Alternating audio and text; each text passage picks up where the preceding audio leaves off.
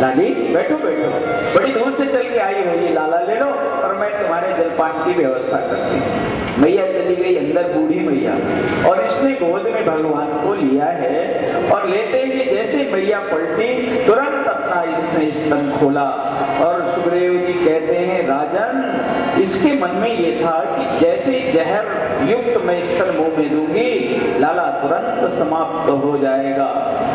दुर्जर वीर्य मुल्वणम, भयंकर किस्म का जहर, घोराम कमादाय, गोद में लिटाया भगवान को और जैसे मुख में देने लगी, सुखदेव जी कहते हैं भगवान ने तुरंत नेत्र बंद कर लिए। सन्निमीलिते क्षण, पूतना को देख करके भगवान ने नेत्र बंद कर लिए। भगवान डरे नहीं। भगवान के नेत्र बंद करने पर श्रीमद् भागवत के टीकाकारों ने सैकड़ों उत्प्रेक्षाएं दी, सैकड़ों भाव दिए हैं। भगवान ने नेत्र क्यों बंद किए? भगवान ने नेत्र इसलिए बंद किए, पहली बात तो भगवान ने सोचा हमारा ये अवतार हुआ है माखन और मिश्री खाने के लिए, लेकिन अभी 6 दिन में माखन मिश्री से तो भेंट नहीं है, छोटा बच्चा है, कौन खिलाएगा? माखन मिश्री तो मिला नहीं लेकिन जहर आ गया। अब बताइए, जहर तो हम पीते नहीं। भगवान ने कहा ये ठीक नहीं, इसलिए भगवान ने नेत्र बंद कर दिए।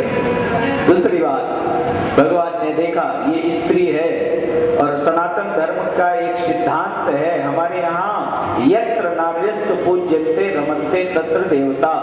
हमारे यहाँ स्त्री के ऊपर हाथ उठाना अपराध माना गया, बहुत बड़ा अपराध माना गया।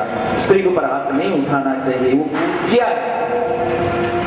भगवान ने कहा और ये आई हुई स्त्री बन करके और इसे मारना पड़ेगा, तो क्या करें? भगवान ने सोचा एक ही तरीका है, स्त्री और पुरुष का भेद हमारे सामने तब तक है जब तक हम इस स्वरूप में हैं, मनुष्य के शरीर में हैं, तो हम नेत्र बंद कर लेते हैं और हम अपने स्वरूप में अवस्थित हो जाते हैं। जब हम ब्रह्म हो जाएंगे, इस शरीर से निकल जाएंगे, तो फिर हमारे सामने न कोई स्त्री है और न कोई पुरुष है, फिर तो ये सब हमारे ही अंश हैं। ईश्वर अंश जीव अविनाशी, ईश्वर जीव अविनाशी,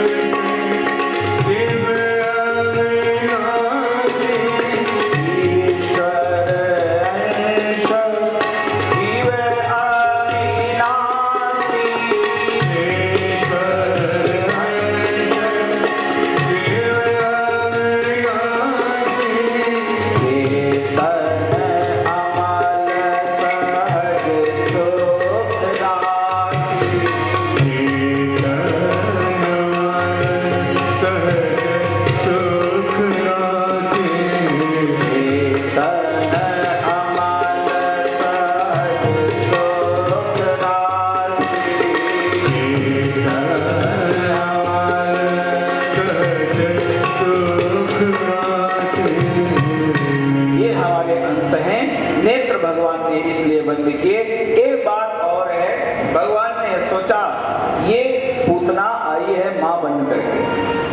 जब भगवान आ रहे थे तो 2 माताएं हैं भगवान की पहले से, एक तो देवकी और एक भैया यशोदा। अब इनको तो बहुत बाद में जाना है। भगवान ने कहा ये तो तीसरी माता जी बड़ी जल्दी पधार गई, क्योंकि ये दुग्ध पिलाएगी ना, ये माँ बनेगी। भगवान ने कहा तीसरी माता जी बीच में आए और उससे बड़ी समस्या ये है कि ये जाने के लिए भी तैयार है, अभी प्राण निकलेंगे। भगवान ने सोचा उन दोनों माताओं के लिए तो स्थान हमने चयनित कर रखा है, लेकिन अब इनको कहाँ भेजना है मरने के बाद, इसलिए भगवान ने नेत्र बंद किए और 14 लोक का निरीक्षण कर रहे हैं कि आखिरकार मरने के बाद इनको कहाँ भेजना है। एक भाव और जो बड़ा समीचीन है, भगवान ने नेत्र बंद किए, चूंकि जहर है। भगवान ने कहा मैं जहर नहीं पी सकता, और जहर पीने वाले देवता कौन है? भगवान शंकर। समनम करोति शंकरः, समाज की बड़ी से बड़ी समस्या का जो साधारण तरीके से समाधान करते उसी को शंकर कहते हैं। भगवान कृष्ण ने नेत्र बंद किए और आज भगवान शंकर का ध्यान कर रहे हैं। बाबा जी, हम तो माखन मिश्री खाने के लिए आए थे, लेकिन माखन मिश्री मिला नहीं और आपकी वस्तु आ गई है, इसलिए यहाँ पधारो और इसका पान करो, क्योंकि ये तो मैं पान नहीं करता। और भागवतकार लिखते हैं कि यह भाव बड़ा अच्छा है, क्योंकि लिखा भगवान शंकर आए, दर्शन करने के लिए घूम रहे थे, वहीं भगवान शंकर आए और भगवान शंकर ने कहा आप चिंता मत करो, मैं आपके ओष्ठों पर बैठ जाता हूँ और जितना जहर है वो मैं पी जाता हूँ, और फिर अगर दुग्ध निकले तो आप पी लेना, बाकी आपका काम है। ग्रंथकार लिखते हैं भगवान शंकर ओठ पर बैठे, भगवान कृष्ण के ओष्ठों पर बैठ करके और जितना तरल था वो सब का सब पी गए। गाढ़ं कराभ्याम भगवान प्रपीड्य तत्प्राणै समं रोष समन्वित पिबत। यहाँ समन्वय शब्द का प्रयोग किया गया, और समन्वय कभी अकेले में नहीं होता है। जहाँ समन्वय शब्द आता है यह दर्शाता है कि वहाँ एक से अधिक व्यक्ति है, एक से ज्यादा लोग होंगे तभी तो समन्वय होगा। यहाँ पर लिखा है रोष समन्वित, रोष के साथ समन्वय किया, तो रोष का अर्थ अमर कोशकार ने रोष का अर्थ किया है रोषः रुद्रः, रोष भगवान शंकर का अवतार है, भगवान शंकर का एक नाम रोष है। तो ग्रंथकार ने कहा भगवान को बुला करके और आज भगवान के साथ समन्वय बना करके भगवान ने जिस समय गरल पान किया भगवान शंकर ने, पैर निकला तो भगवान कृष्ण ने पान किया, फिर तो भगवान इसके प्राण पान करने लगे। अब तो ये छुड़ाने लगी बड़ी जोर जोर से, समुंच मुंचाल मिति प्रभाषणी, बड़ी जोर जोर से चिल्ला रही है, छोड़ दे ए यशोदा के लाला, मुझे छोड़ दे। लेकिन भगवान ने कहा मेरी थोड़ी आदत विचित्र है, पहले तो मैं किसी को पकड़ता नहीं हूं, और पकड़ता हूं तो बीच में तोड़ता नहीं। बहुत बड़ा कंस का एक बगीचा है, उसमें प्रवेश कर दे, तोड़ डाला पूरा बगीचा। अंतिम में इसके प्राण पान भगवान ने किए हैं। सुखदेव जी महाराज कहते हैं बड़ी जोर से धड़ाम से ये उस बगीचे में गिरी है। देवता भी घोष करते हैं, जय जयकार करते हैं, पुष्पों की वर्षा करते हैं, बोले पूतनारी भगवान की पतमानोपित देहिस्त्रिगभ्युतिरे अंतर्द्रुमान चूर्णयामास राजेंद्र महदाशीतमत्कृतम्। सुखदेव जी कह रहे हैं 3 गभ्युति के अंदर के जितने पेड़ थे सब के सब टूट गए। ये इस समय हम लोग जो नाप देखते हैं ना, ये किलोमीटर में, 1 किलोमीटर 2 किलोमीटर, और पहले इसके मील था, और मील से बड़ा कोस, एक कोस में 2 मील और एक कोस बराबर 3 किलोमीटर। संस्कृत में एक गभ्युति के बराबर 2 कोस होते हैं, 2 कोस। तो यहाँ पर लिखा 3 गभ्युति के जितने पेड़ थे सब इसने तोड़े, अर्थात 18 किलोमीटर के जो पेड़ हैं ये इतना, ये दौड़ दौड़ करके इसने पेड़ तोड़े हैं। बड़ा भयंकर विकराल इसका स्वरूप है, बड़े बड़े इसके शरीर में बाल हैं। बाबा नंद भी आ गए, भगवान को ऊपर से उतारा गया, काट काट करके इसकी चिता लगाई गई, बड़े सुंदर इसकी सुगंध निकली। गोविंदा गोपाला मुरली मनोहर नंदना, भजो मुरली मनोहर नंदलाला, भजो मुरली मनोहर नंदलाला। गोविंदा गोपाला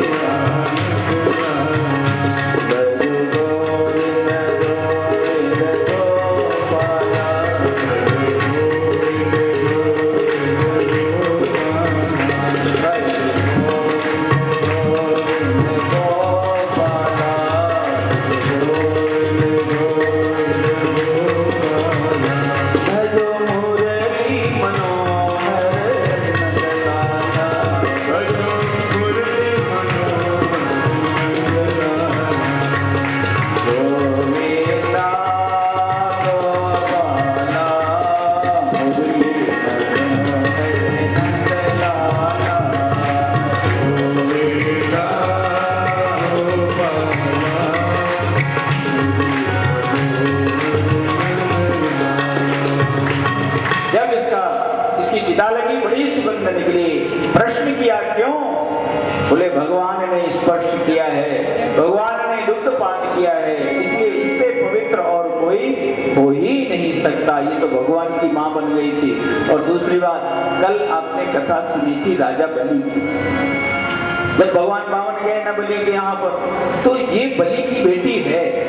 जब भगवान के बावन स्वरूप का दर्शन किया तो बड़ा मन में भाव आया कि इतना प्यारा मेरा बेटा होता ना, तो उसे खूब खिलाती, खूब दूध पिलाती, बड़े प्यार से रखती। लेकिन भगवान ने जब वरदान 3 पैर पृथ्वी ले ली, संकल्प किया और बड़े हो गए और बलि को बांध लिया, उस समय बहुत इसको बुरा लगा और कहा, अरे मैंने कहां से कहा ऐसा बेटा होता, ऐसा बेटा होता तो मैं जहर देकर के उसको मार देती। और भगवान है भक्त वांछा कल्प तरु, भगवान के सामने जो करो कहोगे वही वो पूरी करेंगे। भगवान ने दोनों वरदान एक साथ इसको दे दिए। अब क्या किया जाए? तो इसको द्वापर में बुलाया। आज मां भी बन गई और जहर भी पिला दिया, क्योंकि ये लीलावतार है, लीलावतार। भगवान ने इस पूतना का उद्धार किया है। जब भगवान 6 महीने के हुए हैं, सक्टासुर नाम का एक दैत्य आया। सकट माने जो बैल की गाड़ी होती है ना, बैलगाड़ी लकड़ी की, उसे संस्कृत में सकट बोलते हैं। उसमें बैठ करके भगवान को मारना चाहता था। भगवान ने चरण का प्रहार किया, एक ही बार में इसका प्राणांत होता है। देवता दुंदुभी घोष करते हैं, जय जयकार करते हैं, पुष्पों की वर्षा करते हैं। बोले सक्तारे भगवान की जय। भगवान 1 वर्ष के जब हो गए, लगभग उसी समय तृणावर्त नाम का एक दैत्य आया। गर्मी के दिनों में ऐसा ऐसा करके आता है ना, उसको यहाँ कुछ दूसरा कहते हैं, संस्कृत में उसे तृणावर्त कहते हैं। तो यहाँ उसको आप समझ लो ऐसे ऐसे करके आता है, तो वो बबूला, और वो अलग अलग जगह पर अलग अलग उसका नाम है। कहीं डकूरा कहते हैं, कहीं बबूला कहते हैं, कहीं बवंडर कहते हैं। इसलिए वो स्थानीय भाषा में जो भी समझा जाए, उसमें ऐसे ऐसे करके उसी बैठा हुआ था। वो हवा का एक व्रत होता है। भगवान ने देख लिया मैया की गोद में भगवान थे, मैया व्रत है। भगवान ने सोचा यदि मैया को लेकर के उड़ गया तो बड़ा मुश्किल हो जाएगा। गरिमा नाम की शक्ति का सहारा लिया, इतने बजनीले हो गए कि मैया को नीचे बिठाना पड़ा। मैया ने देखा तूफान आ रहा है तो वस्त्र उठा लें, और तब तक वो आया और भगवान को उठा करके आकाश में ले गया। जब ले जा रहा था तब भगवान हल्के थे, लेकिन सुखदेव जी महाराज कहते हैं जब आकाश में ये पहुंचा तो लगा सेहे गिरिकूटवत, ऐसा लगा जैसे मैं कोई पहाड़ उठा करके लाया, चल नहीं पा रहा। अब वो गर्दन हिला करके, पीठ हिला करके भगवान को नीचे पटकना चाहता था, लेकिन भगवान ने कहा अब हम नीचे जाने वाले, जाओगे तो तुम जाओगे। इतना वजन हुआ, इतना वजन हुआ, आकाश में नहीं रह पाया। नीचे आकर के उसी गति से इतना वजन हुआ भगवान का, तमंतरिक्षात् पतितं शिलायां विशीर्ण सर्वावयवं करालम। एक बहुत बड़ा शिलाखंड था, उस पर आकर के गिरता है, पूरा शरीर चकनाचूर हो गया। इसकी भी ज्योति निकल करके परमात्मा की अनंतानंद ज्योति में विलीन होती है। देवता दुंदुभी घोष करते हैं, जय जयकार करते हैं। बोलिए तृणारी भगवान की जय। 1 वर्ष के भगवान हुए। श्री वसुदेव जी महाराज ने अपने आचार्य श्री गर्गाचार्य जी महाराज को आज गोकुल भेजा है। गर्ग पुरोहितो राजन यदूनां समूहातपं व्रजं जगामनन्दस्य वसुदेव प्रचोदितः।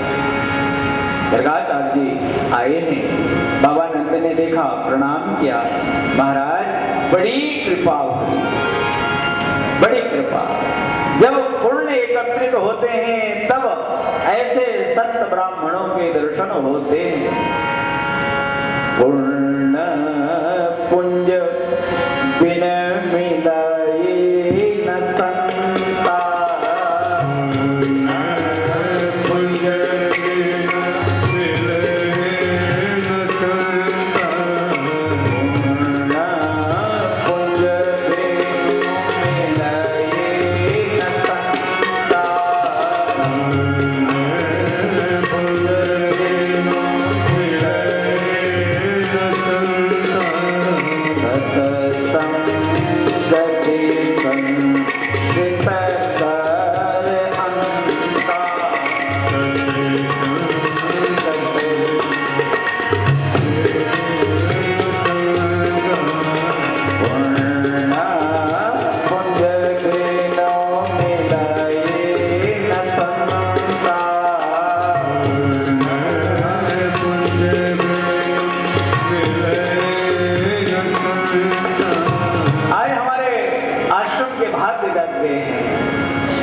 महाराज आप तो त्रिकालज्ञ हैं। बाद अर्घ आचमन दिया, जलपान कराया और एक निवेदन किया। सर्वत्र प्रार्थना है, मेरे 2 बालक हैं, उनका नामकरण नहीं हुआ।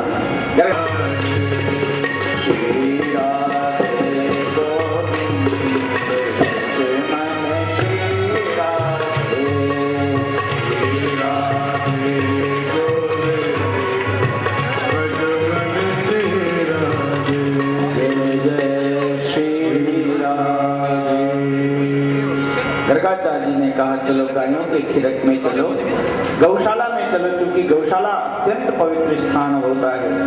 ले गए। इस समय बलराम जी महाराज के दर्शन किए तो उन्होंने कहा अयमी रोहिणी पुत्रो रमयन् सुहृदो गुणै आख्यास्ते रामयित बलम अधिज्ञात बलम विदु। ये रोहिणी के जो बेटे हैं ये सुहृदों के साथ रमण करेंगे, इसलिए राम कहते हैं इनको।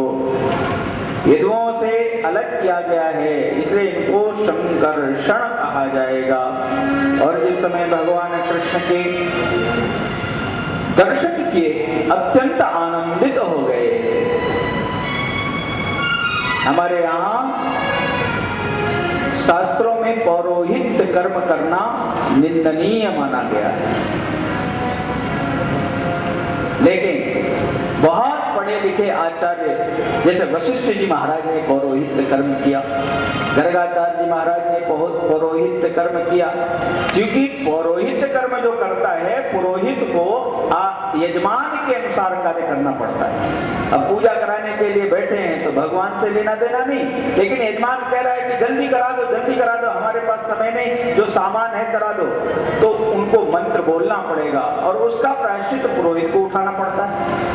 इसलिए हमारे यहाँ वेद के कर्मकांड में जब तक विधिवत व्यवस्था ना हो तब तक आचार्य को वह कार्य संपादित नहीं कराना चाहिए, नहीं तो उसका जो फल होता है वो आचार्य के ऊपर आता है। इसीलिए पढ़े लिखे लोग जो वैदज्ञ हैं वो अपने अनुष्ठान करेंगे, लेकिन पौरोहित्य कर्म नहीं करते।